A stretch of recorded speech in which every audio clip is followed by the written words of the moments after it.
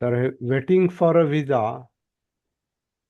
हा जो बाबासाहेबांचा लेख आहे, एक छोटी पुस्तिका आहे, एकदम छोटी पुस्तिका आहे, एवढीच आहे. याच्यामध्ये त्यांनी त्यांच्यावर गुजरलेले, त्यांच्यावर आलेले अं, 4 प्रसंग सांगितलेले आहेत. आणि 5वा आणि 6वा प्रसंग जो आहे तो इतरांशी संबंधित आहे. 5वा आणि 6वा प्रसंग इतरांशी, असे 6 प्रसंग ह्याच्यामध्ये आहेत. त्यातले शेवटचे 2 जे आहेत ते इतरांशी संबंधित आहेत. पहिले 4 जे आहेत ना, त्या त्यांच्या स्वतःच्या जीवनाशी संबंधित आहेत, त्यांना झालेला त्रास. आणि विषय असा येतो की ह्याला वेटिंग फॉर अ व्हिसा असं का नाव दिलं त्यांनी. तर आता थोडासा विचार करून असं असं दिसतंय काय, ही अस्पृश्यांची दुखणी ही जगाच्या वेशीवर टांगण्याचं धोरण तर त्यांनी पहिल्यापासूनच अवलंबलं होतं. कारण याच्यावर, या व्यवस्थेवर, या सिस्टमवर, जाती व्यवस्थेवर, विशेषतः अस्पृश्यतेच्या अं, अं, या भयानक सामाजिक वर्तनावर जागतिक दबाव आला पाहिजे. कारण वरच्या लोकांना खालचं दुःख समजत नाही आणि आपण तर त्यांच्यावरच अवलंबून आहोत, त्यांच्या मेहरबानीवर अवलंबून आहोत. त्यांना कळेल तेव्हा आपला उद्धार होईल, अशी जर परिस्थिती, आणि ते कधीच शक्य नव्हतं. उलट त्याचं समर्थनच जास्त लोक करतात, आजही करतात, नाही का. आजही लोकांना अं, ते जुने दिवस पाहिजेत ना, जुन्या, उदाहरणार्थ मनुस्मृती वगैरे, ते पाहिजे, म्हणजे त्याचं समर्थन आहे. त्याला वेगळा संदर्भ आहे. पण इथं ज्यांना यातना होतात त्यांच्यासाठी ती असह्य गोष्ट आहे. आणि याच्यातून कोण बाहेर काढील. आता मार्ग मिळालाय तो भाग वेगळा, पण जेव्हा मार्ग मिळाला नव्हता तोपर्यंत जे प्रयत्न चालले होते बाबासाहेबांचे, ते वेगळ्या पद्धतीने होते. आणि कधीतरी लोक जागे होतील, जे ही अस्पृश्यता लादतात, जे प्रथा पाळतात, ते लोक कधीतरी जागे होतील, वरच्या वर्गातले पण आणि खालच्या वर्गातले पण, म्हणजे अस्पृश्य पण आणि स्पृश्य पण, दोन्ही पण जागे होतील, याच्यासाठी बाबासाहेबांनी प्रयत्न केला. पण ते होत नाही असं पाहिल्यानंतर त्यांनी आपला पवित्रा बदललेला आहे, आपली दिशा बदललेली आहे.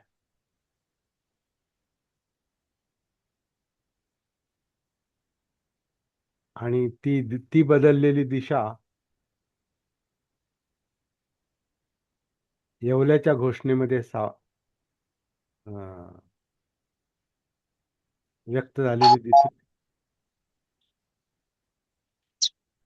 येवल्याची जी प्रसिद्ध घोषणा आहे, जिचा सगळ्या भारत खडबडून जागा झाला म्हणतात त्याला, हिंदुस्तान खडबडून जागा झाला. मी हिंदू म्हणून जन्माला आलो, ते माझ्या हातात नव्हतं, पण मी हिंदू म्हणून मरणार नाही, ते माझ्या हातात आहे. ही घोषणा जी येवल्याला केलेली आहे, त्यांना सगळे जागे झाले. पण तिथून त्यांची वेगळी दिशा पण सुरू झाली. त्याची पायाभरणी आधीपासूनच सुरू झाली, पण तिथं तो एक प्रकारे त्यांचा स्वतःचा व्यक्तिगत निर्णय पण होता. म्हणून ते व्यक्तिगत भाषा, व्यक्तिगत प्रतिज्ञाच आहे. ते मी हिंदू म्हणून जन्माला आलो, ही मीची भाषा आहे, स्वतःची व्यक्तिगत भाषा आहे. आम्ही नाही म्हटले, मी स्वतः प्रतिज्ञा केलेली आहे. का, एवढा का उद्रेक? त्याचं कारण हे वेटिंग फॉर विजाचा आपण जो अभ्यास करतो त्याच्यामध्ये आहे. त्याच्यात त्यांनी ज्या यातना सांगितल्या त्या प्रथेच्या, अस्पृश्यतेच्या प्रथेच्या ज्या यातना त्यांनी स्वतःच भोगल्या, तेच त्या प्रतिज्ञे मागची ती भूमिका आहे. 35 सालची ती घोषणा, 36 सालचं धर्मांतर का किंवा मुक्ती कोण पथे हे भाषण, आणि मग पुढे सगळी पावलं, आणि शेवटी 14 ऑक्टोबरचं बुद्ध धम्माचा स्वीकार,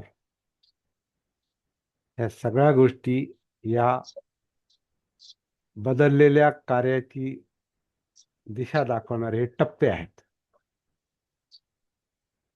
याच्या आधी त्यांना वाटलं की ते लोक जागे होतील आणि मग आपली सुटका होईल, हे बदलेल, ही परिस्थिती बदलेल, मग आपला जाच कमी होईल असं वाटलं त्यांना, पण ते झालं नाही. मग त्याचाच एक प्रयत्न म्हणून त्यांनी हे पण केलं की आता हे दुखणं जे आहे हे जगाच्या वेशीवर टांगलं पाहिजे, जगाचं लक्ष आकर्षित करून घेतलं पाहिजे. आणि तो काळ ब्रिटिशांचा होता, त्यामुळे त्यांना ते शक्य झालं.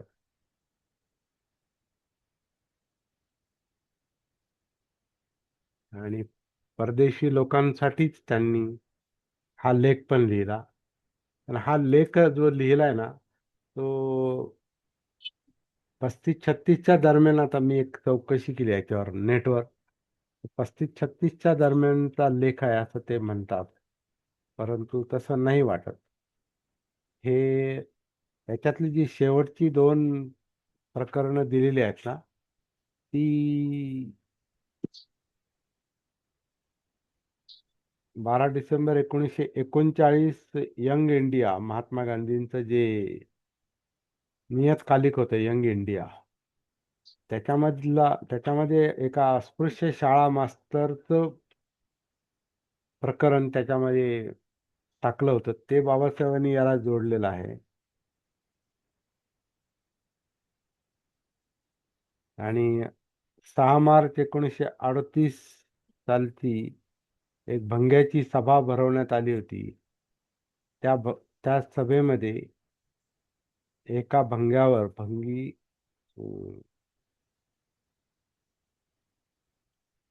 भंगी असलेला माणूस जो तलाठी होतो नंतर, त्याच्यावर काय प्रसंग उदरला, हरिजनावर, त्याचा हरिजन त्याचा उल्लेख आहे, तर तो त्यांनी याच्यामध्ये टाकलेला आहे.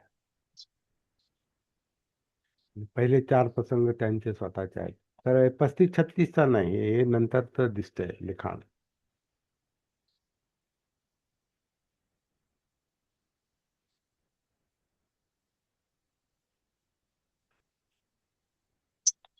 जे आहे ते आपण त्याचा अभ्यास करतोय. काल आपण फक्त प्रस्तावना पाहिली. हे हे लिखाण मी परदेशी लोकांसाठी करतोय असं त्याचा स्पष्ट हे आहे, उल्लेख आहे. परदेशी लोकांना अस्पृश्यता कळते, अस्तित्वात आहे हे त्यांना माहीत असतं, पण त्यांना ती कळत नाही, कारण तो त्यांचा अनुभव नाही. आणि ती किती जुलमी आहे हे समजून घ्यायचं असेल तर अस्पृश्यतेचे अनुभव त्यांनी समजून घ्यावेत, म्हणून बाबासाहेब स्वतःचेच अनुभव त्याच्यामध्ये सांगतात जगासाठी. हा, अजून एक मुद्दा बोलला पाहिजे. वेटिंग फॉर अ विजा,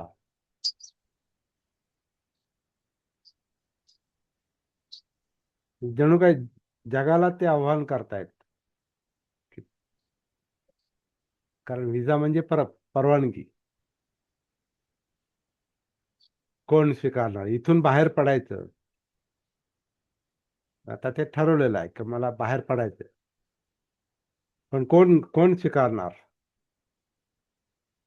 याच्यात तर 2 प्रसंग असे पण दिलेले आहेत की त्याच्यात त्यांना त्या दौलताबादच्या किल्ल्याच्या तिथं त्यांना मुसलमानांनी पण त्यांना त्रास दिला.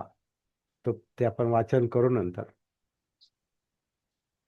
म्हणजे मुसलमान पण अस्पृश्यता पाळतात. मग आता कुठं जायचं? बाकी धर्मांचा पण त्यांनी अभ्यास केला. तिथं पण ती बाधा झालेली आहे ते म्हणतात. इकडची बाधा तिकडं पण झालेली आहे. ते पण अस्पृश्यता पाळतात.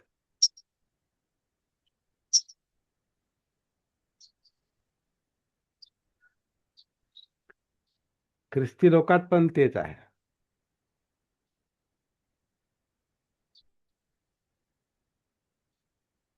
नगरच्या एका नगर हे ख्रिस्ती धर्मासाठी फार नावाजलेलं शहर आहे. तुम्हाला माहिती असेल, नगर जिल्हा आणि नगर, विशेषतः नगर, ज्याला पूर्वी अहमदनगर म्हणायचे, आता अहिल्यानगर नाव पडलं, पण ते नगर. तर नगरच्या एका वकिलाने, ॲडव्होकेट बाळासाहेब गायकवाड, ॲडव्होकेट बाळासाहेब गायकवाड यांनी एक ख्रिस्ती महार म्हणून पुस्तक लिहिलं आणि त्याच्यात त्यांनी हे वास्तव सांगितलेलं आहे.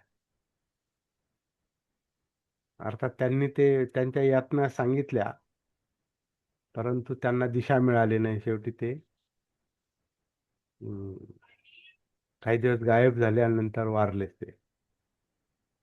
माझे चांगले परिचित होते आणि मला बुद्ध धम्माच्या मार्गावर यायचे असे पण ते म्हणत होते. परंतु ते काय म्हणतात, ते प्रेशर खाली तसं ते बोलत होते. मी म्हटलं, असं तर बुद्ध धम्माच्या मार्गावर तुम्हाला येता येणार नाही. तुम्हाला बुद्ध धम्म समजून घ्यावा लागेल. तर तो विषय वेगळा आहे.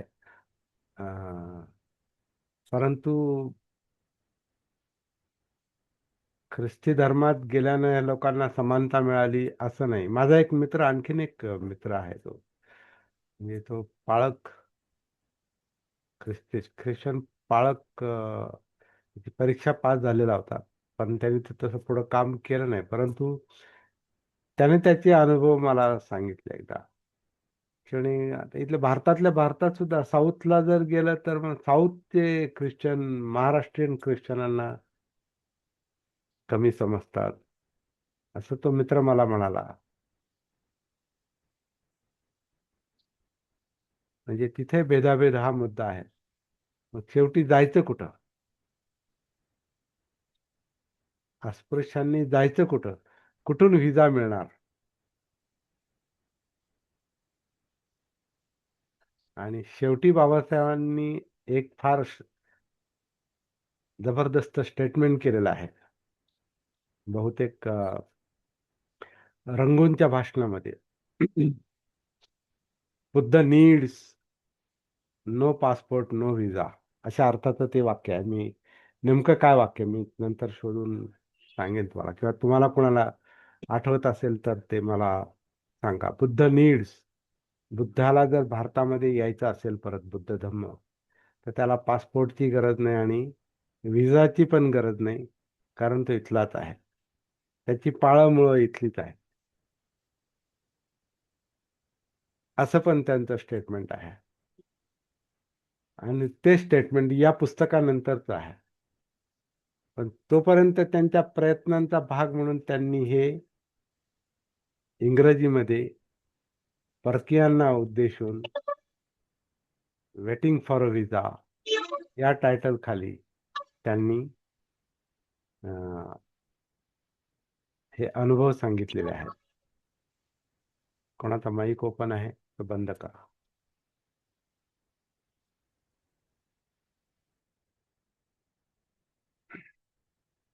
तर आज आपण पहिला अनुभव त्यांचा ऐकणार आहोत, बाबासाहेबांचा.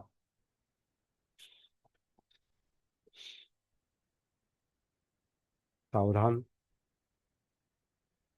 कारण आपला हा जो मुद्दा आहे हा फार सावधानतेनंच ऐकण्याची गोष्ट आहे. आणि ह्याच्यातून एक विचारण पण येऊ शकतं. हे वाचताना एक प्रकारे चित्त विचलित होतं, मन विचलित होतं, आणि त्याच्यातून तर बाहेर पडायचंय. ते कसं पडायचं हे आपल्याला थोडं थोडं माहीत होत चाललेलं आहे. परंतु हे विचलन सहन करीत आपल्याला हा अभ्यास करावा लागणार आहे. आमचे कुटुंब मुळात मुंबई इलाक्यातील रत्नागिरी जिल्ह्यातील दापोली तालुक्यातलं. जेव्हापासून ईस्ट इंडिया कंपनीचं राज्य सुरू झालं, ईस्ट इंडिया कंपनी माहिती आहे, ब्रिटिश कंपनी होती आणि त्या कंपनीच्या द्वारे भारतामध्ये वेगवेगळ्या उद्देशाने त्यांनी त्यांचं काम सुरू केलं होतं आणि त्यांनी त्यांची पलटण पण इथं आणली होती, म्हणजे आर्मी. तर जेव्हापासून ईस्ट इंडिया कंपनीचे राज्य सुरू झाले, अगदी तेव्हापासून कंपनीच्या सैन्यात नोकरी करावी लागल्याने माझ्या वाडवडिलांनी त्यांचा वारसानं येणारा व्यवसाय सोडून दिला. आता वारसानं येणारा व्यवसाय म्हणजे कोणता?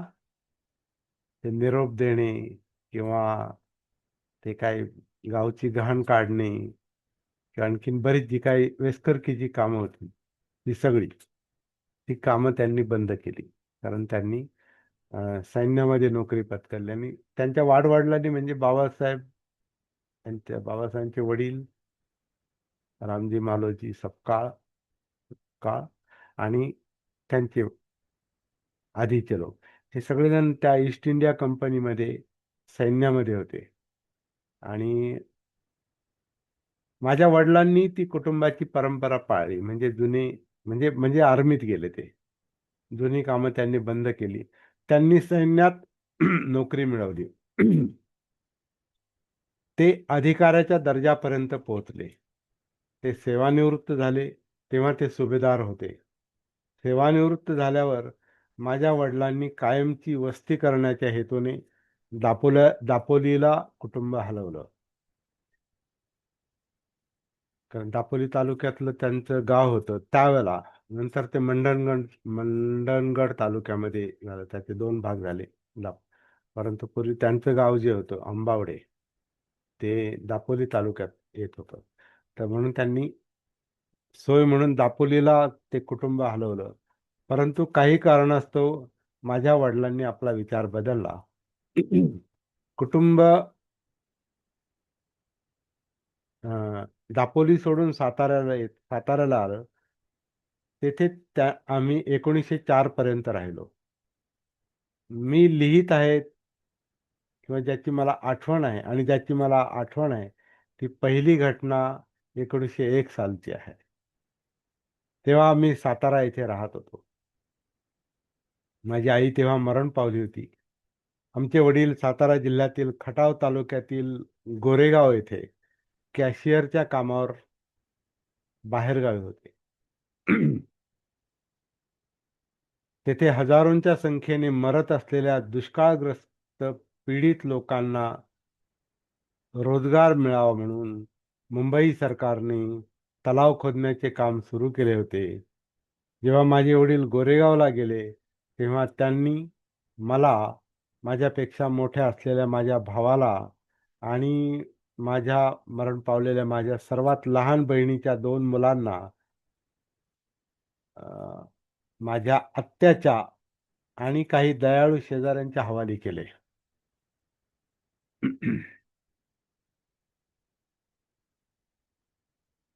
माझी आत्या माझी आत्या अत्यंत मायाळू होती.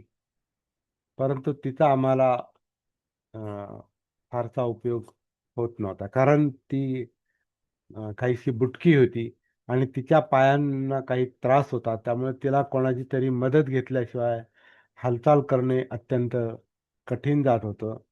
बऱ्याचदा तिला उचलून न्यावं लागे.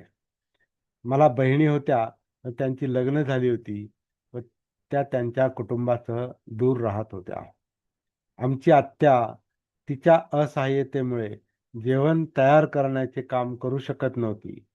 त्यामुळे जेवण तयार करणे ही आमची विशेष समस्या बनली होती. आम्ही भाकरी तयार करू शकत नव्हतो. कारण सगळे लहान लहान मुलं. आम्ही भाकरी तयार करू शकत नव्हतो. त्यामुळे आम्ही आपलं पुलावावर राहिलो. पुलाव तो तयार करणं सर्वात सोपं असल्याचं आम्हाला आढळून आलं. त्यासाठी तांदूळ आणि मटण एकत्र करणे आणि ते शिजवणे यापेक्षा जास्त काही करण्याची आवश्यकता नव्हती. पुलावावर त्यांनी मग आपली भूक भागवत असायची ते. कॅशियर असल्यामुळे माझे वडील आपले ठाणे सोडून आम्हाला पाहण्यासाठी साताऱ्याला येऊ शकत नव्हते.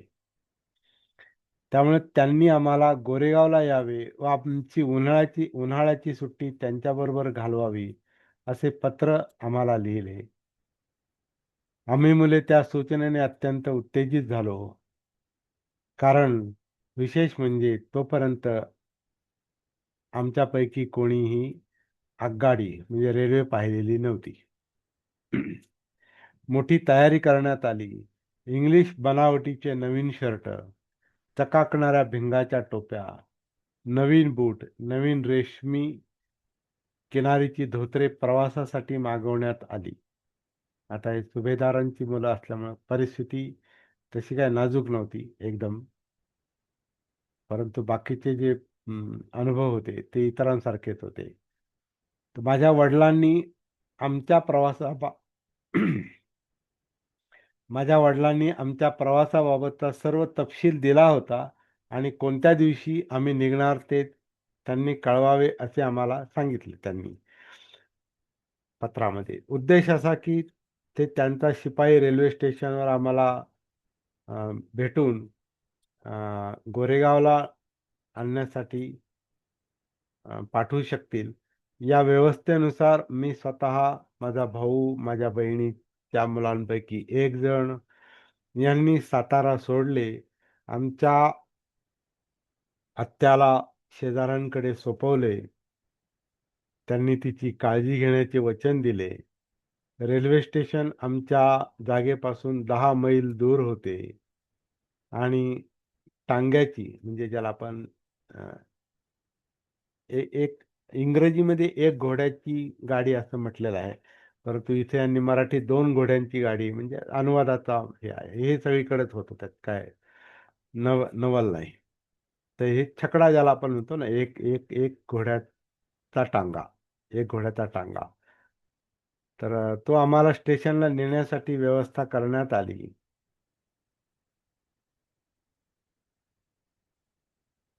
आम्ही विशेष प्रसंगासाठी करता तसा पेहराव केला. आम्ही आमचे घर आम्ही आमचे घर अत्यानंदाने परंतु आमच्या आत्याच्या रडण्या-ओरडण्यात सोडले.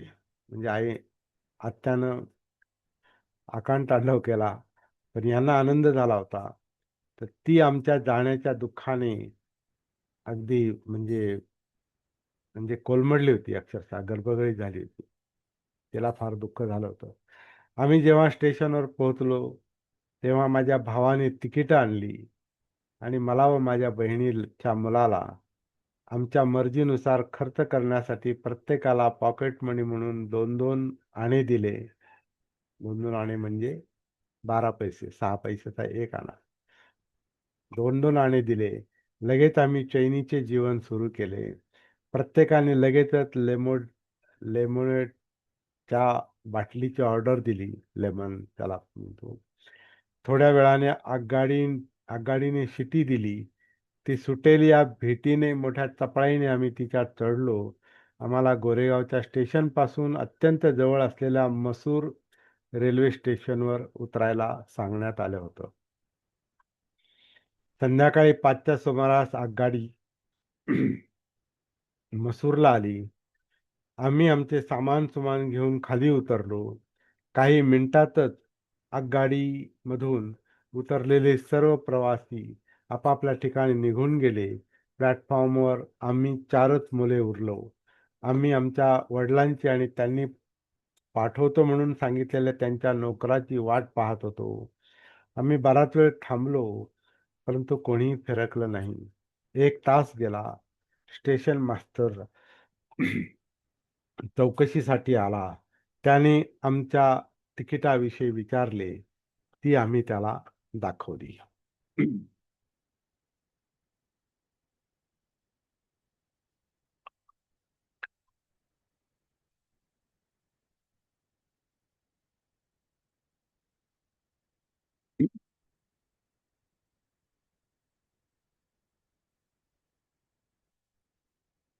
आम्ही का खोळंबून राहिलो याचे त्याने विचारले. तिकीट मास्तरनी, स्टेशन मास्तरनी.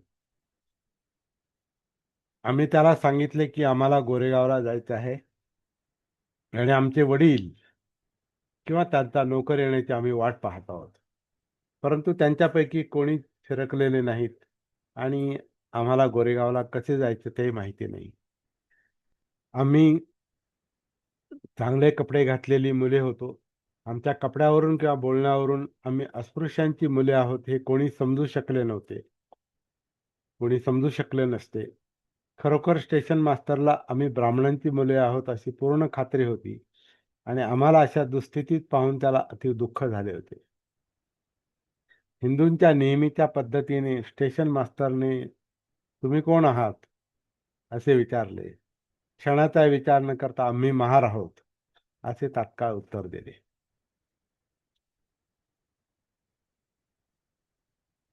अं, इंग्रजी ते लिहिल्यामुळं त्यांनी परकीयांना समजावं म्हणून कंसात एक वाक्य टाकलं की मुंबई इलाक्यात मार ही अस्पृश्य समजली जाणारी एक जमात आहे असं त्यांनी त्याच्यामध्ये स्पष्टीकरण केलं आहे. त्याला उत्तर दिलं आम्ही महार आहोत. त्याला धक्का बसला. त्याचा चेहरा क्षणार्धात पालटला.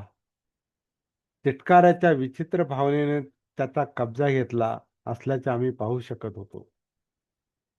माझे उत्तर ऐकल्याबरोबर तो त्याच्या खोलीत परत गेला आणि आम्ही होतो तेथेच उभे राहिलो. 15-20 मिनिटे गेली. सूर्य जवळजवळ बुडाला होता. वडीलही सूर्य जवळजवळ बुडायला आला. वडीलही आले नव्हते आणि त्यांनी नोकरही पाठवला नव्हता आणि आता तर स्टेशन मास्तरही सोडून गेला होता. आम्ही अगदी भांबावून गेलो. प्रवासाच्या सुरुवातीला आम्हाला जी मौज मजा व आनंद वाटत होता त्याची जागा आता अत्यंत उदासीनतेच्या भावनेने घेतली होती. अर्ध्या तासानंतर स्टेशन मास्तर परत आला. आम्ही काय करायचे ते ठरवलं असं त्याला आम्ही काय करायचे ठरवले आहे असे त्याने विचारले. आम्ही सांगितले आम्हाला जर बैलगाडी भाड्याने मिळू शकली तर आम्ही गोरेगावला जाऊ आणि ते जर फार दूर नसेल तर आम्ही थेट निघू. तिथे अनेक बैलगाड्या भाड्याने मिळत होत्या. परंतु आम्ही महार आहोत हे मी स्टेशन मास्तरला दिलेले उत्तर गाडीवानांमध्ये देखील पोहोचले होते आणि त्यांच्यापैकी कोणाचीही विटाळ करून घेण्याची म्हणजे बाटण्याची विटाळ करून घेण्याची अस्पृश्य वर्गाच्या प्रवाशांना वाहून स्वतःला नीच ठरवण्याची तयारी नव्हती. कारण ते अस्पृश्यांना जे घेऊन जातील ते पण नीच आहेत अशी ती धारणा होती, भावना होती आणि तसं कोणाला काही करायची इच्छा नव्हती, तयारी नव्हती. आम्ही दुप्पट भाडे द्यायला तयार होतो, परंतु पैशाने काम होऊ शकले नाही असे आम्हाला दिसून आले. आमच्या वतीने वाटाघाटी करणारा स्टेशन मास्तर काय करावे हे न समजल्याने शांत उभा राहिला. अचानक त्याच्या डोक्यात एक विचार चमकून गेल्याचे दिसून आले. त्याने आम्हाला विचारले, तुम्ही गाडी चालवू शकाल काय? आमच्या अडचणीचे तो उत्तर शोधत आहे असे वाटून आम्ही ओरडलो, होय आम्ही चालवू. हे उत्तर ऐकल्यावर तो गेला आणि त्याने आमच्या वतीने असे ठरवून दिले की आम्ही गाडीवानाला दुप्पट भाडे द्यायचे आणि गाडी चालवायची आणि त्याने आमच्या प्रवासात गाडी बरोबर पायी चालायची. दुप्पट भाडे मिळवण्याची संधी मिळाल्याने आणि विटाळापासून देखील वाचणार असल्याने गाडीवान तयार झाला. 6:30च्या सुमारास आमची निघायची तयारी झाली संध्याकाळी. परंतु अंधार पडण्याच्या आधी आम्ही गोरेगावला पोहोचू शकू याची खात्री देईपर्यंत स्टेशन सोडायचं नाही असा आमचा निर्धार होता. त्यामुळं आम्ही गाडीवानाला तो गोरेगावला केव्हा पोहोचेल ती वेळ व अंतर यांची विचारणा केली. 3 तासापेक्षा अधिक वेळ लागणार नाही असे त्याने आम्हाला आश्वासन दिले. त्याच्या शब्दावर विश्वास ठेवून आम्ही आमचे सामान गाडीत ठेवले. स्टेशन मास्तरचे आभार मानले. गाडीत चढलो. आमच्यापैकी एकाने लगाम घेतले, गाडी लगाम धरले, गाडी सुरू झाली. गाडीवान आमच्या आजूबाजूने चालत होता. स्टेशन पासून फार दूर नाही अशा अंतरावर एक नदी वाहत होती. ती अगदी कोरडी होती. तिच्यात काही ठिकाणी लहान लहान पाण्याची अं, तळी होती. गाडीच्या मालकाने तुम्ही इथेच उतरून भाकरी खाऊन घ्या, पुढे तुम्हाला पाणी प्यायला मिळणार नाही असे सुचवले. ते आम्ही मान्य केले. त्याने त्याला त्याचे जेवण करण्यासाठी गावात जाता यावे म्हणून त्याच्या भाड्यातील काही भाग द्यायला सांगितले, पैसे मागितले त्यांनी. माझ्या भावाने त्याला काही पैसे दिले. लवकरच परत येतो असे आश्वासन आश्वासन देऊन तो गेला. आम्ही फारच भुकेजलो होतो आणि जेवणाची संधी मिळाल्यामुळे आम्हाला आनंद वाटत होता. माझ्या आत्याने शेजारच्या बायांना कामाला लावून आम्हाला वाटेत खाण्यासाठी काही गोडधोड पदार्थ बनवले होते. आम्ही जेवणाचे डबे उघडले आणि खायला सुरुवात केली. आम्हाला भांडी धुण्यासाठी पाणी हवे होते. आमच्यापैकी एक जण जवळच्या नदीच्या पात्रातील पाण्याच्या साचलेल्या तळ्याकडे गेला, परंतु ते खरोखर पाणी नव्हतेच. तो त्या तळ्यात पाणी पिण्यासाठी गेलेल्या गायींच्या व म्हशींच्या व इतर गुरांच्या शेणाचा व मूत्राचा दाट चिखल होता.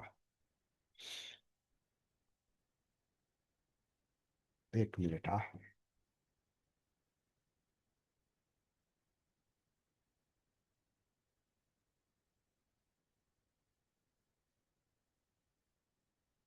माझा घसा थोडा कोरडा पडला. मला वाटलं होतं.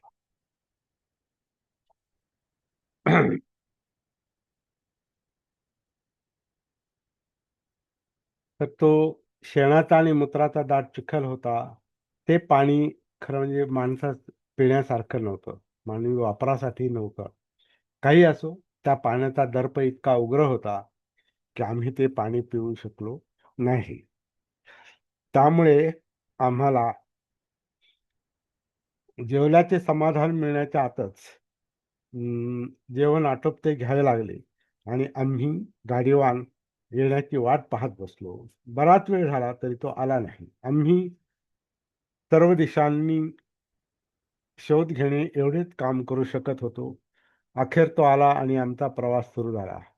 आम्ही सुमारे 4 ते 5 मैल गाडी हाकली व तो पायी चालला. नंतर त्याने गाडीत अचानक उडी मारली आणि आमच्या हातातून तो त्या दोऱ्या घेतल्या, म्हणजे कासरा ज्याला म्हणतात घोड्याचा. तो त्या दोऱ्या घेतल्या. त्या माणसाची ती कृती आम्हाला चमत्कारिक वाटली, कारण त्याने विटाळाच्या भीतीने आम्हाला गाडी भाड्याने द्यायला नकार दिला होता. त्याने धर्माने त्याच्या धर्माचे सर्व निर्बंध त्याने बाजूला टाकले. का? आणि आम्हाला त्याच्या गाडीत त्याच्याबरोबर बसू दिले. तर का? तर संध्याकाळ झाली होती आणि आता कोणी पाहणार नव्हतं म्हणून. परंतु आम्हाला त्या बाबतीत कसलाही प्रश्न विचारण्याचे धाडस नव्हते. गोरेगाव या आमच्या इच्छित स्थळी शक्य होईल तितक्या लवकर पोहोचण्यास आम्ही आतुर झालो होतो. काही काळ आम्ही गाडीच्या हालचालीतच गुंग होतो, परंतु लवकरच आमच्या सभोवती अंधार पसरला. अंधारात दिलासा देण्यासाठी रस्त्यावर दिवे पण नव्हते. आम्ही माणसात आहोत असे वाटावे असा कोणी पुरुष किंवा स्त्री किंवा गुरं देखील जवळून जात नव्हती. आम्हाला वेढलेल्या एकाकीपणाची आम्हाला भीती वाटू लागली. आमची आतुरता वाढत होती. आमचे सर्व धैर्य आम्ही एकवटले. आम्ही मसूरपासून काही दूरवर आलो होतो. 3 तासाहून अधिक काळ गेला, परंतु गोरेगाव येण्याची काही चिन्ह दिसत नव्हते. आमच्या मनात एक विचित्र विचार आला. आम्हाला असा संशय आला की घातपात करण्याचा गाडीवानाचा उद्देश असावा आणि आम्हाला ठार मारण्यासाठी तो आम्हाला एखाद्या निर्जन ठिकाणी घेऊन चालला असावा.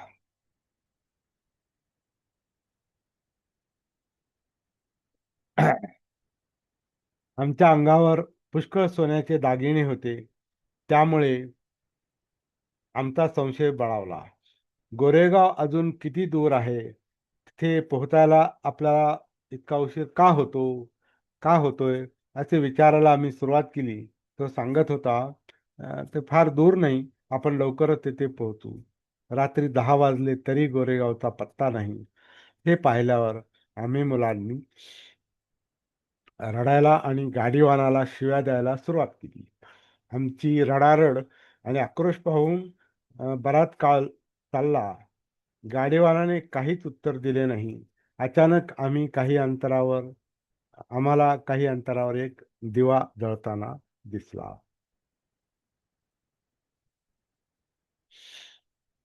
गाडीवान म्हणाला, "तुम्हाला तो दिवा दिसतोय ना? तो दिवा जकात गोळा करणाऱ्या टोल नाक्याचा आहे. आपण तिथे रात्रीचा मुक्काम करू." आम्हाला थोडं बरं वाटलं आणि आम्ही रडायचं थांबवलं. दिवा दूर अंतरावर होता, परंतु आम्ही तिथे पोहोचू असे कधीच वाटलं नाही. जकात वसूलकर्त्याच्या जकात नाक्याच्या झोपडीपर्यंत पोहोचण्यासाठी 2 तास लागले. मध्यंतरीच्या काळात आमची उत्कंठा वाढल्याने आम्ही गाडीवानाला सर्व प्रकारचे प्रश्न विचारणे चालू ठेवले. उदाहरणार्थ, त्या ठिकाणी पोहोचायला का उशीर होतो? आपण त्याच रस्त्याने चाललो आहोत ना? इत्यादी, इत्यादी. अखेरीस मध्यरात्री गाडी जकात नाक्याच्या झोपडीजवळ पोहोचली. ती डोंगराच्या पायथ्याशी, परंतु डोंगराच्या दुसऱ्या बाजूला होती. आम्ही आलो तेव्हा पुष्कळ बैलगाड्या रात्रीसाठी विसावा घेत असल्याचे आम्ही पाहिले. आम्ही पराकोटीचे भुकेलेलो होतो आणि आम्हाला पुष्कळ खायचे होते, परंतु पुन्हा तेथे पाण्याचा प्रश्न होता. त्यामुळं आम्ही आमच्या गाडीवानाला पाणी मिळू शकेल का असे विचारले. जकात वसूल करणारा हिंदू आहे व आम्ही जर महार आहोत असे सत्य सांगितले तर आम्हाला पाणी मिळण्याची शक्यता नाही, असा त्याने आम्हाला इशारा दिला. तो म्हणाला, "तुम्ही मुसलमान आहेत असं सांगा आणि नशीब आजमवा." त्याच्या सल्ल्यावरून मी जकात कारकुनाच्या झोपडीकडे गेलो आणि "आम्हाला थोडे पाणी देऊ शकाल काय?" असे विचारले. "तुम्ही कोण आहात?" त्याने चौकशी केली. "आम्ही मुसलमान आहोत," असे मी उत्तर दिले. मी त्याच्याशी उर्दूतून संभाषण केले. त्यामुळे मी खरा मुसलमान आहे याविषयी त्याच्या मनात काही शंका राहणार नाही हे मला अगदी बरोबर माहीत होते, परंतु ती चलाखी उपयोगी पडली नाही. त्याचे उत्तर अगदी तुसडे होते. "तुझ्यासाठी कोणी ठेवलंय पाणी? डोंगरावर पाणी आहे. तुला पाहिजे असेल तर जा आणि घे. इथं काही मिळायचं नाही." असं म्हणून त्यांनी मला निकालात काढले, हाकलून लावले. मी गाडीकडे परत आलो. त्याचे उत्तर माझ्या भावाला सांगितले. माझ्या भावाला काय वाटले कोणास ठाऊक. त्याने आम्हाला तिथंच झोपून राहायला सांगितलं. बैलाचे जू काढण्यात आले आणि गाडी जमिनीवर उतार करून ठेवण्यात आली.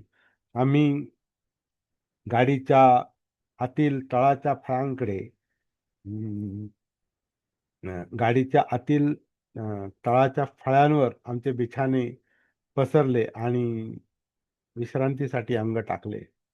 आता आम्ही सुरक्षित ठिकाणी आलो. त्यामुळे काय घडेल याची आम्हाला धास्ती नव्हती. परंतु आमची मनं शेवटच्या घटनेचा सतत विचार करणं टाळू शकली नाही. म्हणजे काय होईल? शेवटी काय होईल? याचा विचार करणं आम्ही टाळू शकलो नाही. आमच्याकडे पुष्कळ अन्न होते. आमच्या पोटात भुकेचा जाळ पेटला होता. असे असताना आम्हाला न जेवता झोपावे लागणार होते. त्याचे कारण आम्हाला पाणी मिळू शकत नव्हते. कारण आम्ही अस्पृश्य होतो. अशा प्रकारचा अंतिम विचार आमच्या मनात आला. आपण सुरक्षित जागी आलो आहोत असे मी म्हणालो. माझ्या थोरल्या भावाने स्पष्टपणे त्याच्या कुशंका काढल्या. आपण सर्वच्या सर्व 4ही जणांनी झोपणे हे योग्य ठरणार नाही, शहाणपणाचं ठरणार नाही. काहीही घडू शकतं. त्याने असे सुचवले, की एका वेळी दोघांनी झोपावं आणि दोघांनी लक्ष ठेवावं. अशा प्रकारे आम्ही त्या डोंगराच्या पायथ्याशी रात्र काढली. भल्या पहाटे 5 वाजता आमचा गाडीवान आला व आम्ही गोरेगावला निघावे असे त्याने सुचवले. आम्ही सरळ सरळ नकार दिला. आम्ही 8 वाजेपर्यंत हलणार नाही असे आम्ही त्याला सांगितले. आम्हाला आम्हाला आणखी कसली जोखीम घ्यायची नव्हती. तो काही बोलला नाही. अशा प्रकारे आम्ही 8 वाजता निघालो आणि 11 वाजता गोरेगावला पोहोचलो. आम्हाला पाहून वडिलांना आश्चर्य वाटले. आम्ही येत असल्याचे त्यांना काहीही कळवले नव्हते, असे त्यांनी सांगितले. आम्ही कळवले होते असे आम्ही आवर्जून सांगितले. त्यांनी वस्तुस्थिती नाकारली. अखेर असे उघड झाले, की चूक माझ्या वडिलांच्या नोकराची होती. त्यांना आमचे पत्र मिळाले होते, परंतु ते पत्र माझ्या वडिलांना द्यायचे त्याच्याकडून राहून गेले होते. वडिलांचा नोकर विसरला होता. या घटनेला माझ्या जीवनात अत्यंत महत्त्व आहे. मी 9 वर्षाचा असताना ती घडली, परंतु तिने माझ्या मनावर अमीट असा ठसा उमटवला.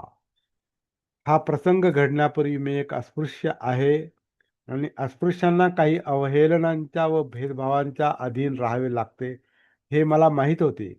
उदाहरणार्थ, शाळेत माझ्या वर्गातील मुलांमध्ये मी माझ्या नंबरप्रमाणे बसू शकत नव्हतो. त्यांचा जो रँक म्हणतात त्याला, म्हणजे जो काही नंबर असेल तो, त्या नंबरप्रमाणे मी बसू शकत नव्हतो. तर मला स्वतःहून एका कोपऱ्यात बाजूला बसावे लागत होते, हे मला माहीत होते. शाळेच्या वर्गात अंथरण्यासाठी माझ्याकरता एक स्वतंत्र गोणपाटाचा तुकडा होता. पोत्याचा तुकडा, गोणपाटाचा तुकडा होता आणि मी वापरलेल्या त्या गोणपाटाच्या तुकड्याला, पोत्याच्या तुकड्याला शाळा स्वच्छ करणारा नोकर देखील शिवू शकत नव्हता. हे मला माहीत होते. मला तो पोत्याचा तुकडा संध्याकाळी घरी घेऊन जावा लागे आणि दुसऱ्या दिवशी तो परत आणावा लागे. शाळेत असताना स्पृश्य वर्गातील मुले तहान लागल्यावर पाण्याच्या नळाकडे जाऊन व तो नळ उघडून आपली तहान भागवू शकत होते. पण मला माहीत होते, त्यासाठी फक्त शिक्षकाची परवानगी आवश्यक असेल. परंतु माझी स्थिती वेगळी होती. मी नळाला स्पर्श करू शकत नव्हतो आणि तो नळ एखाद्या स्पृश्य व्यक्तीने उघडल्याशिवाय माझी तहान भागवणे मला शक्य नव्हते. माझ्या बाबतीत शिक्षकाची परवानगी पुरेशी नव्हती. त्यासाठी शाळेचा शिपाई उपस्थित असणे आवश्यक होते. कारण वर्ग शिक्षक अशा कामासाठी कामाला त्याला सांगू शकेल असा तो एकच माणूस होता, शिपाई. जर शिपाई उपलब्ध नसेल तर मला पाण्याशिवाय राहावे लागे. बिन पाण्याचे राहावे लागे. ही परिस्थिती म्हणजे शिपाई नाही तर पाणी नाही, अशी माझी परिस्थिती होती म्हणे. असं एका सूत्रात सांगता येईल, एका शब्दात सांगता येईल. शिपाई नाही तर पाणी नाही. घरी कपडे धुण्याचे काम माझ्या बहिणी करत, हे मला माहीत होते. आम्ही धोब्याला पैसे देऊ शकत नव्हतो असं नाही. माझ्या बहिणी कपडे धुत, कारण आम्ही अस्पृश्य होतो. धोबी धुवू शकत नव्हता. कारण कोणत्याही धोब्याने अस्पृश्यांचे कपडे धुतले नसते. माझ्या बहिणी कपडे धुत, कारण आम्ही होतो आणि कोण्याही धोब्याने अस्पृश्यांचे कपडे धुतले नसते. माझ्यासकट इतर मुलांचे केस कापायचे आणि हजामत करायचे, म्हणजे मुंडन करायचे काम आमची थोरली बहीण करायची. आमच्यावर या कलेचा अ, म्हणजे आमचं मुंडन करता करता आमची थोरली बहीण पण तरबेज न्हावी बनली होती. साताऱ्यात न्हावी नव्हते असे नाही. आम्ही न्हाव्याला पैसे देऊ शकत नव्हतो असंही नाही. हजामत करण्याचे आणि केस कापण्याचे काम माझ्या बहिणीने केले. त्याचे कारण आम्ही अस्पृश्य होतो व कोणताही न्हावी अस्पृश्याची हजामत करण्यास तयार झाला नसता. हे सर्व मला माहीत होते. परंतु या घटनेने मला ही घटना घडण्याच्या आधी अ, कधीच बसला नाही. इतका धक्का बसला. म्हणजे या या गोष्टीने तेवढा धक्का त्यांना बसला नाही. परंतु हे गाडीवाहनाची वर्तणूक आणि ते पाणी न मिळणं आणि वगैरे वगैरे, याचा माझ्या जीवनावर खूप परिणाम झाला म्हणजे. ही घटना घडण्यापूर्वी अनेक अस्पृश्य यांच्यात जशी असते तशी ती एक नित्याची बाब होती. म्हणजे असं हे सगळीकडं चालतंय, ही गोष्ट बाबासाहेबांनी या लेखामध्ये इंग्रजीमध्ये मांडलेली आहे. आणि हा त्यांचा पहिला अनुभव त्यांनी याच्यामध्ये सांगितलेला आहे. भयंकर आहे. तर पुढचे जे काही अनुभव आहेत ते आपण उद्याला पाहूया. एक अनुभव उद्या पाहू, एक परवाला पाहूया.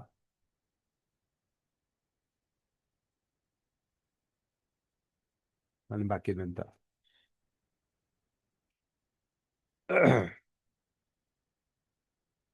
मला वाचताना सरळ वाचता येत नव्हतं.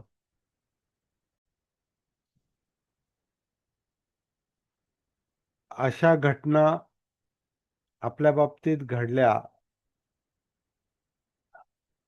किंवा काहींच्या बाबतीत घडल्या असतील, याच्यापेक्षा भयंकर घडल्या असतील. माझ्या बाबतीत घडल्या. याचे जे पडसाद आपल्या मनावर उमटतात, जे यातना होतात, तर आपला जो एक रोख असतो किंवा आपला जो आपली जी एक काय म्हणतात, आपला जो कल असतो, तो विसरून जाण्याकडे जास्त असतो. नको ते विचारच नको, ते अनुभव आठवायला पण नको. पण स्मृती कुठे जाणार, संस्कार कुठे जाणार? तर ते आपण काय करतो, दडपून, म्हणजे मुद्दाम नाही करत, मनाला दुःख नकोसं असल्यामुळं ते त्याला दडपून टाकण्याचा, सप्रेस करायचा प्रयत्न करतात. आणि आठवण पण नको असं आपलं एक मनाचा कल असतो. अप्रिय आठवणी नको असतात. पण ते संस्कार जाणार कुठं? ते आपल्या अनकॉन्शियस माइंडमध्ये, अजागृत मनामध्ये, हाडामासामध्ये, खोलामध्ये दडलेले असतात. आणि त्यांना आपल्याला वर येऊ द्यायचं नसतं, कारण ते मनाला आवडत नाही. आणि दुःखमुक्तीची प्रक्रिया अशी आहे, ही प्रोसेस अशी आहे का, म्हणे ते उकरून काढा. म्हणून आता बाबासाहेबांनी सांगितलं, का सांगितलं हे? बरं, रडगाणं करत नाही सांगितलं. आता आपल्याला तरी ते आपण हेलावून गेलो. बाबासाहेब पण हेलावले असतील, नाही असं नाही. परंतु रडगाणं करण्यासाठी आणि तक्रार करण्यासाठी नाही बोलत ते. की अशी अशी परिस्थिती आहे, अशी अशी परंपरा आहे, अशा अस्पृश्यतेच्या प्रथा पाळल्या जातात, शिवाशिवीच्या प्रथा पाळल्या जातात, पाणी दिलं जात नाही, शिवलं जात नाही, स्टेशन मास्तर काय किंवा बैलगाडीवाला काय किंवा नाक्यावरचा कारकून काय, सगळे एकसारखेच. हे असं चाललंय इथं, हे जगाला सांगणं, म्हणजे हे सगळं उघड करणं, खरं म्हणजे धाडसाचं काम आहे.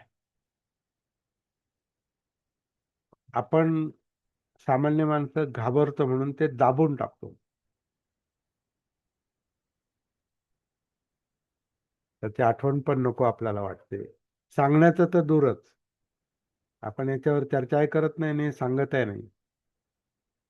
उलट स्वतःला आठवण आली तरी ते दाबून टाकतो, दडपून टाकतो. आणि आपण दुसरं काहीतरी करू, आपण दुसरं काही मनोरंजन करू, दुसरीकडे मन वळवू, दुसरीकडे लावू आणि हे विसरून जाऊ, एन्जॉय करू आपण.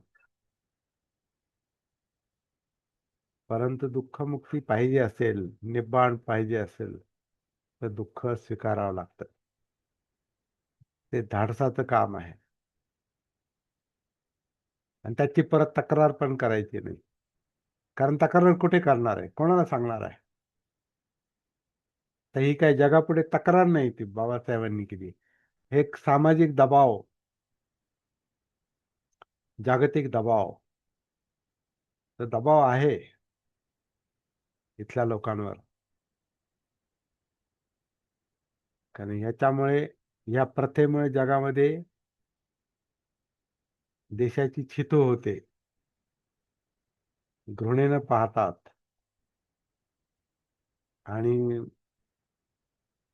आपल्या देशामध्ये या प्रथेमुळं म्हणजे काहींना तर शर्मेनं मान खाली घालावी लागते. आणि जे लोक हे भोगतात त्यांच्यातल्या शक्तीचा, ताकदीचा, आत्मविश्वासाचा पूर्णपणे निचरा होतो, म्हणजे नष्ट होते ती उद्धाराची शक्ती, जी आत्मविश्वास, जे बाबासाहेब म्हणायचे ना, आत्मविश्वासासारखी दुसरी शक्ती नाही. तो आत्मविश्वासच खचतो. इतकं नुकसान याच्यामुळे होतं. आणि ही दुर्लक्षित करण्यासारखी गोष्ट नाही. म्हणून उलट लक्ष द्या, पहा, पස්සना, आणि ते स्वीकारा, तर त्याच्यातून अ, मुक्ती मिळेल. म्हणजे फोड आला की तो फोडावाच लागतो, तरच त्यातला निचरा होतो त्यातून. गाठ आली तर ती काढावीच लागते. काही आजारांचे उपचार जीव घेणे असतात, पण ते करावेच लागतात. त्याच्याशिवाय त्याच्यापासून सुटका नाही. तसा हा दुःखमुक्तीचा मुद्दा आहे.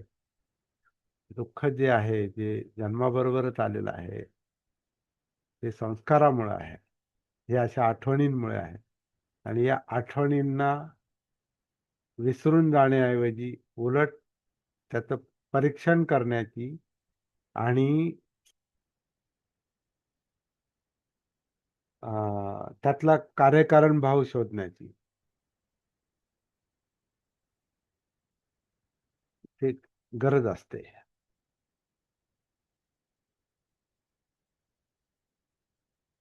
याच्यातून बाबासाहेबांचं जे तत्वज्ञान पुढे उभं राहिलेलं आहे, की ही अस्पृश्यता ज्यांनी लादली तेच जबाबदार नाही, ज्यांनी भोगली ते पण जबाबदार आहेत. आवाज उठवला नाही, सांगितलं नाही, बोलले नाही, चर्चा नाही केली, त्याला सामाजिक कार्याचा आधार नाही दिला, उलट जाऊ द्या म्हणून दुसऱ्यांच्या गोटात शिरायचं, दुसऱ्यांचं व्हायला पाहायचं. म्हणून आपले जे लोक काही सगळ्यांना घेऊन जी चळवळ करायला पाहतात ना, त्याचा एक कारण आपला न्यूनगंडपण आहे. आपल्याला वाटतं आपण फार बहुजनांचं काम करतो, पण त्याच्या पाठीमागची मानसिकता ही पण आहे, की आपल्याला आपलं काम नकोसं आहे. आपल्याला आपलं काम हे भीतीदायक वाटतं, कमीपणाचं वाटतं. मग आपण काय करतो, त्याच्यावर झागडाल करण्यासाठी सगळ्यांची जबाबदारी जणू काय आपण घेतली, असा एक आव आणतो. हे काम बाबासाहेबांनी केलंच नाही कधी असं. बाबासाहेबांनी स्पष्ट. आणि दुसरी गोष्ट, जोपर्यंत आपण स्वतः सामर्थ्यशाली बनत नाही, इतरांची जबाबदारी घेऊ नये असा त्याचा अर्थ नाही. पण आपलं काय, जे सामर्थ्यच माझ्यामध्ये नाही, जी शक्तीच माझ्यामध्ये नाही, तर मी म्हणतो दुसऱ्याचं दुःख दूर करण्यासाठी मी शक्ती लावेल आणि दुसऱ्याचं काम करेल. ही शक्तीच नाही ना आपल्यामध्ये, हे सामर्थ्यच नाही, तो आत्मविश्वासच नाही. कारण आपण आपलाच प्रश्न सोडवला नाही, तर दुसऱ्यांचा काय सोडवणार आहे. म्हणून दुसऱ्यांची नुसती कोरडी कड घेण्यामध्ये काहीच पॉइंट नसतो, काहीच अर्थ नसतो त्याला. बाबासाहेबांच्या कार्याची दिशा ही अशी वाटते.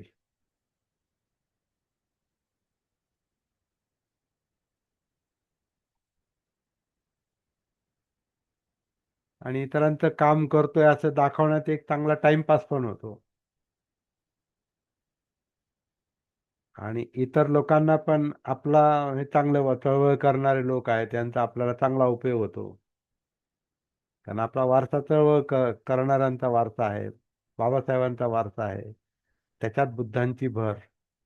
म्हणजे चांगले आहेत, फुकट चळवळ करणारे लोक आहेत. ठीक आहे, आपण इतरांसाठी काम करू. बाबासाहेबांनी पण केलं. राज्यघटना सगळ्यांसाठी लिहिली. भारत बौद्धमय करील म्हणाले. जग धम्मराज्य करू म्हणाले. हे सगळं त्यांच्या डोक्यात ते होतं. परंतु पहिलं काम त्यांनी केलं की आपण सामर्थ्यवान बनलो पाहिजे. आणि आपण सामर्थ्यवान बनायला आपला प्रश्न आपल्याला सोडवता आला पाहिजे. तरच आपण इतरांचे प्रश्न हातात घेऊ शकतो. त्रिकोणाचा मुद्दा समोर आणण्याचं हे पण एक कारण आहे.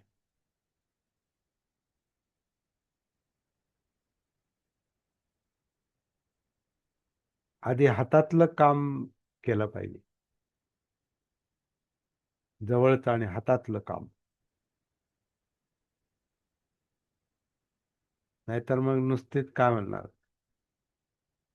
दुसऱ्यांची धुणी धुण्याचं काम आहे, जे आपण धुवू शकत नाही. तर थोडं कधी कधी आता बाबासाहेबांच्या विचारांचा आणि चळवळीचा अभ्यास केल्यानंतर ते ते सूत्र जे आहे ना त्यांचं कामाचं, ते लक्षात घेण्याची गरज आहे. आता आपण काय करतो, आंबेडकरी चळवळ आंबेडकरी चळवळ म्हणून आपण आपल्या पद्धतीनं त्याचा अर्थ लावायचा प्रयत्न करतो आणि पुढे चालून फसतो. म्हणून आता सगळेच आपल्या चळवळीचं काय आहे परिस्थिती, नेत्यांची काय परिस्थिती आहे, संस्थांची काय परिस्थिती आहे, आपल्याला पाहिजे तसा अर्थ लावून आपण काम करतो. आणि आपण म्हणतो आंबेडकरी चळवळ चालवतो आणि बौद्ध चळवळ चालवतो. तर मला वाटतं हे हे काम जरा खडतर आहे. खरा खरं बाबासाहेबांचं काम करणं हे खडतर काम आहे, त्रासाचं काम आहे. हे यातना काय म्हणतात, मुद्दाम अंगावर जणू काय ओढून घेण्याचं काम आहे थोडंसं. पण त्या घेतल्याच पाहिजेत. त्याच्यातून मोकळं व्हायचं असेल तर त्याचं स्वरूप पाहिलंच पाहिजे असं मला वाटतं. अशा अशा दृष्टीने मी ह्या वेटिंग फॉर विजा या त्यांच्या अनुभवांकडे पाहतो आणि माझ्या दृष्टीने तसा अर्थ त्याचा लागतोय. तुम्हाला काय वेगळं वाटत असेल तर तुम्ही बोला. करण्यात आलं आपल्याला त्यावेळेस. थोडे एक दोन पॉइंट परत बोला. हा. हा. म्हणजे आजच्या वाचनातून तो सारांश असा लक्षात आला की किती म्हणजे अन्याय अत्याचार आणि किती छळण्यात आलं होतं आपल्याला. हम्म. जरी म्हणजे जरी बाबासाहेबांच्या वडिलांची परिस्थिती चांगली असली, पैसा पाणी असला, सुंदर दिसत असले, तरी पण जातीभेदाचे चटके त्यांना बसलेच. हम्म. भयंकरच आहे. बाबासाहेब जे म्हणायचे ना, माझ्या समाजाचे दुःख मला माझ्या अनुभवातून समजलेले आहेत. पण त्यांनी स्वतःच्या अनुभवांकडे पण डोळे झाक नाही केली. नाही केली सर. ते ते फार महत्वाचं आहे. हो हो.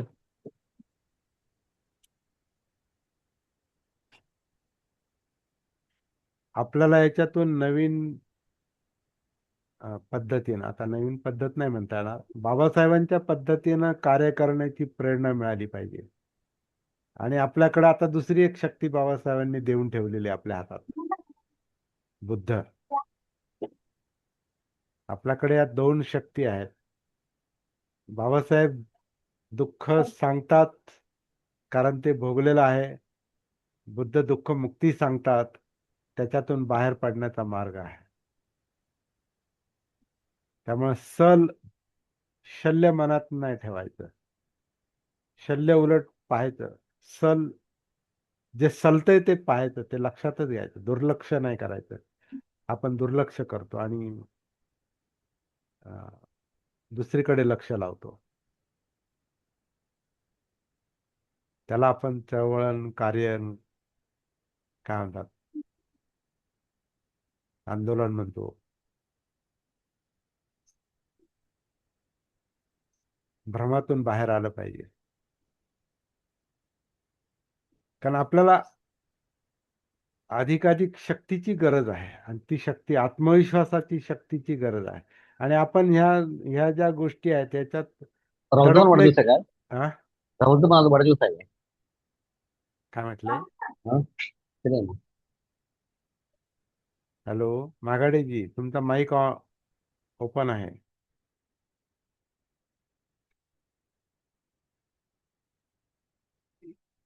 हे जी शल्य आहेत आणि याचे जे आपल्यावर झालेले परिणाम आहेत, म्हणजे आपल्या मनावर पण आणि आपल्या समाजावर आणि परिस्थितीवर, ह्याचे जे परिणाम आहेत ना, ह्या परिणामातून बाहेर आलं पाहिजे. कारण त्याच्यात आपली शक्ती अ, अडकलेली आहे. ब्लॉक झालोत आपण, ब्लॉक. हे ब्लॉकेज बऱ्याच अंशी बाबासाहेबांनी बाहेर काढलं आणि उरलेलं ब्लॉकेज हे बुद्ध धम्माच्या मार्गाने बाहेर निघणार आहे. कारण ती संपूर्ण दुःखमुक्ती आहे, निब्बाण आहे ते.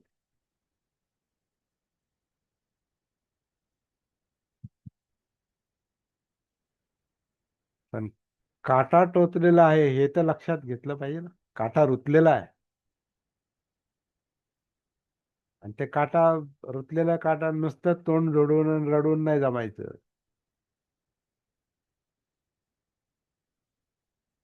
टोकरा त्याला अजून, त्याला काढलाच पाहिजे.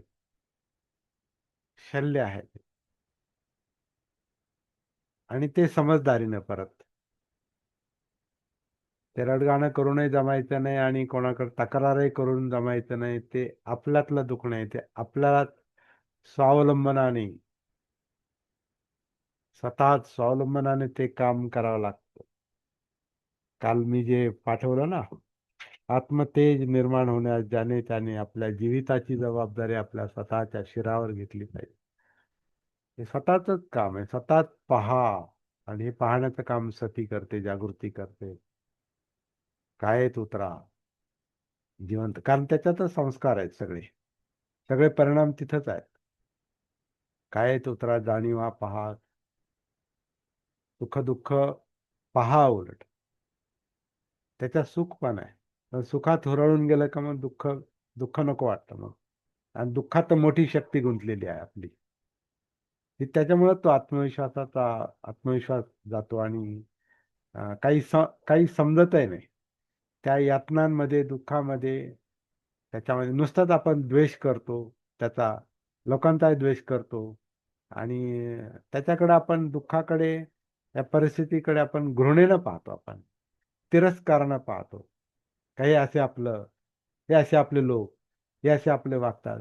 परंतु त्यांची जडणघडणच त्या परिस्थितीत झालेली आहे. ते लोकच त्यांच्याशी तसे वागलेले आहेत.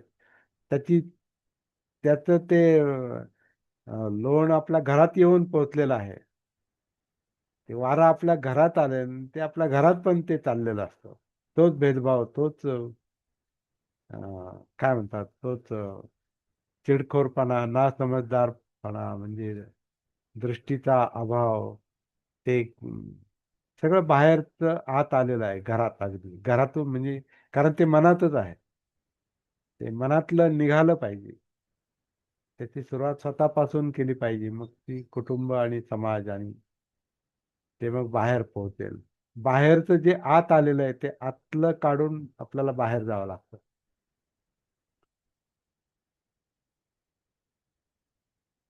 हे का, बाहेरचं घाण पाणी जर पिण्यात आलं तर त्याच्यातून आपल्याला आपलं हे मोकळं झालं पाहिजे. कारण त्याच्यामुळे समजा जुलाब, उलट्या, अमकं काय धमकं काय होत असतील, ताप येत असेल, कारण ते बाहेरचं पाणी पिलो आपण, बाहेरचं काहीतरी खाल्लंय.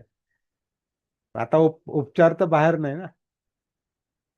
बाहेरचं खाऊन झालं, कुठून खाल्लं माहिती नाही, किंवा खाल्लं माहिती आहे समजा, कुठं एखाद्या लग्नाचं जेवलो, किंवा एखाद्या घाणेरड्या हॉटेलमधलं खाल्लं, किंवा आपल्या घरातलं काही खाण्यात आलं कुठलं काही, तर कोणाला दोष देता येत नाही. आपण खाल्लंय ते, आणि आता त्याचा परिणाम झाला. जुलाब, उलट्या चालू आहे, ताप येतो, अमकं दमकं, अगदी ऍडमिट होण्याची पाळी आली. पण उपचार कोणावर करणार आपण? स्वतःवर. त्यामुळे दुसऱ्याला दोष देण्यात काहीच पॉईंट नाही राहत. जाती व्यवस्थेचा पण दोष दुसऱ्याला, इतरांना देण्यात काहीच पॉईंट नसतो. आपल्यावर परिणाम झाला नाही तर आपण त्याच्यातून मोकळा होणार. मी त्याच्यात राहणार नाही, येवल्याची प्रतिज्ञा. मी त्या परिस्थितीत राहणार नाही. परिस्थिती नाही बदलत बसणार, आपण उलट कर, आपण परिस्थिती बदलायला पाहतो. ते प्रयत्न आपल्याला सुरुवातीला जो म्हणजे कळत नसतं म्हणून आपण ते करतो. कुठेतरी ही गोष्ट लक्षात आली पाहिजे. नाही, परिस्थितीवर तुम्ही नाही करू शकत जास्त. परिस्थिती आपल्या हातात नाही सगळीच. पण स्वतःला तर मोकळं करू शकतो ना, मुक्त करू शकतो त्रासातून. आणि आत्मविश्वास वाढवू शकतो, शक्ती वाढवू शकतो. आणि मग दुसऱ्याला आधार देऊ शकतो, मग सामाजिक काम करू शकतो. हे तर करण्यासारखं आहे ना, आणि हेच व्यावहारिक आहे. उलटी सुरुवात कधीच होऊ शकत नाही. बाहेरचं काम करायचं आधी नाही.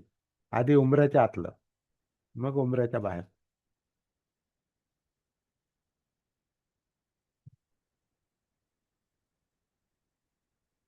म्हणून त्रिकोण महत्वाचा आहे.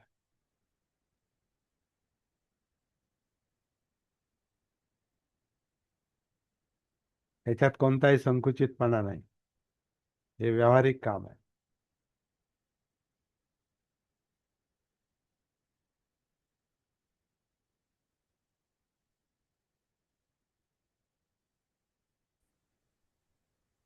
बोला. बोला. मागाडीजी.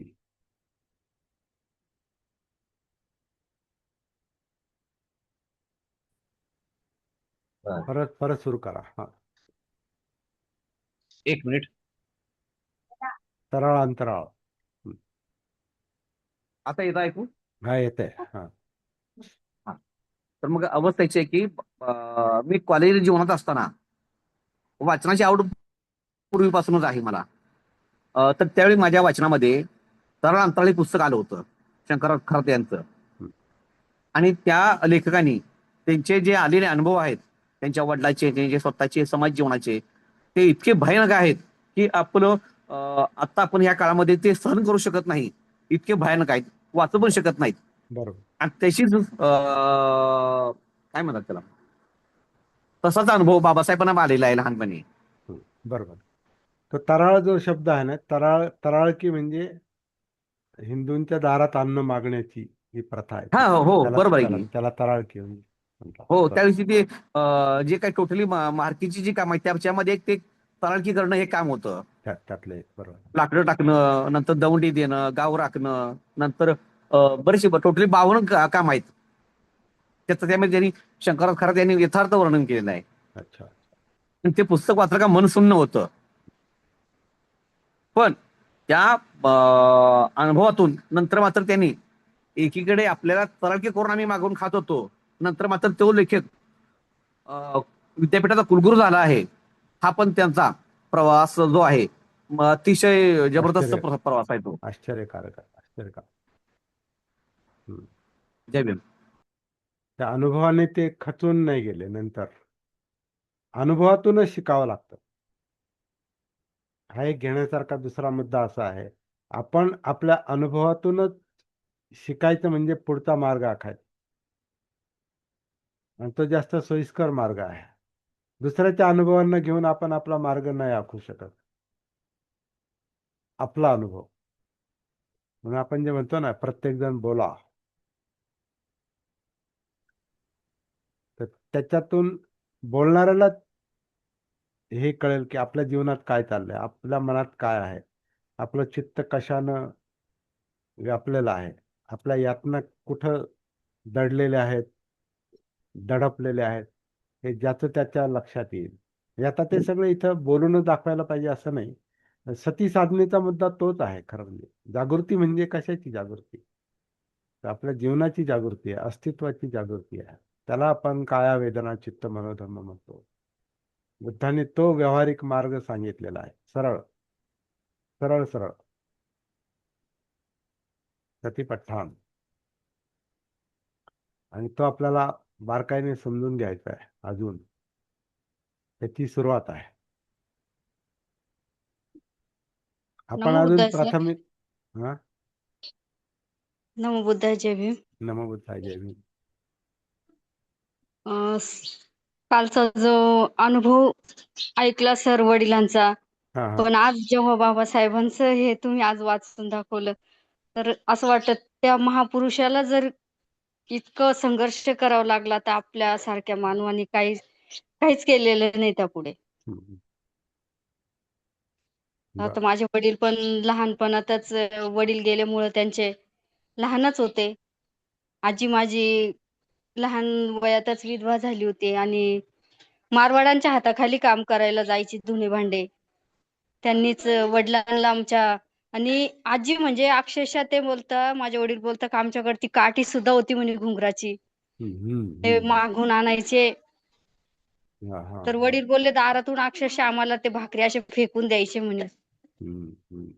फेकून दिलेल्या भाकरी उचलून घरी घेऊन यायच्या त्या खायच्या आणि इतकी बिकट परिस्थितीतून बाहेर निघालो आणि त्यावेळेस बाबासाहेब मनमाडला आलेले होते म्हणे. हम्म. भयंकर. भयंकर म्हणजे इतकं त्यांनी म्हणजे मला आता 2 दिवसापासून ते पण माझ्या बरोबर बसून ऐकत होते हम्म. मीटिंग आणि त्यांना स्वतःचे अनुभव आठवत होते का ते बोलायचे का आम्ही हे त्या त्रासातून आम्ही निघालेलोय. आम्हाला अन्न भेटत नव्हतं पोटाला आणि ते जनावर धुवायला जायचे माझे वडील. फक्त 8-9 वर्षाचे होते तरी त्यांना ते म्हशी धुवायला जावं लागायचं. तेव्हा त्यांना तिकडं ते अर्धी भाकर आणि ते काहीतरी द्यायचे ते मारवाडी लोक. तेही असे फेकून द्यायचे मागच्या दाराने. ते ते ऐकून म्हणजे अक्षरशः 2 दिवसापासून मी त्याच विचारात होती की आज आपण इतके चांगले दिवस आहे तरी आपल्याला इतकं भयंकर त्रास होतो. का आपण एवढे दुःखी आहे. दुःखातून बाहेर कसं पडायचं ते पाहिलं पाहिजे आता. दुःख दुःख तर आहे, तर दुःख हे सत्यच आहे. असं आहे. निमित्त काही असतंय. आज आज आपलं वडिलांचं निमित्त जरा बघितलं तर स्पेशल आज आहे. वडील हा. म्हणजे त्या मानाने आज वडिलांचं खूप छान झालेले कारण ते बोलले असे लैनीच्या कड्याला गाई चारता चारता मला कामावर घेतलं म्हणे.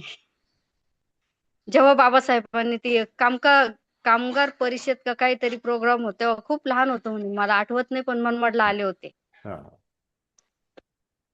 हा. आणि काही नाही 17-18 वर्षाचं होतं म्हणे तेव्हाच लगेच नाव निघून लिहून घेतलं आणि लैनीत कामाला घेऊन टाकलं.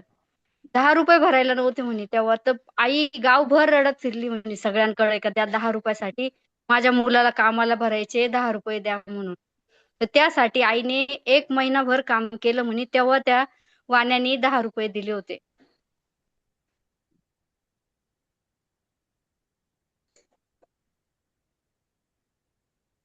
असं आहे. हम्म.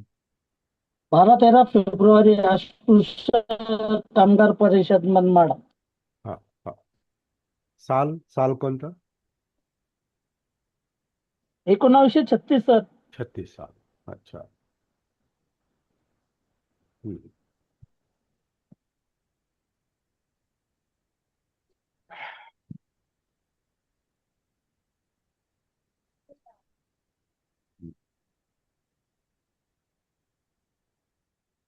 हॅलो. हा, बोला बोला मॅडम. हॅलो. बोला ना, बोला शिला मॅडम, बोला. नमो बुद्ध जय भीम सर. नमो बुद्धाय जय भीम. माझे या उलट अनुभव आहे पण मी शेवट सांगेल ते. हम्म. ओके. हो, मी शेवट सांगेल. सत्र संपत येईल तेव्हा सांगेल.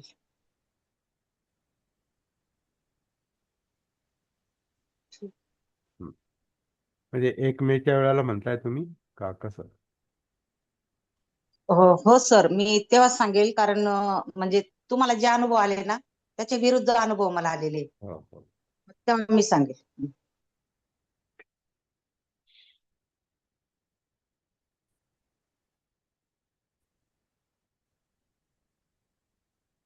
थांबायचं का?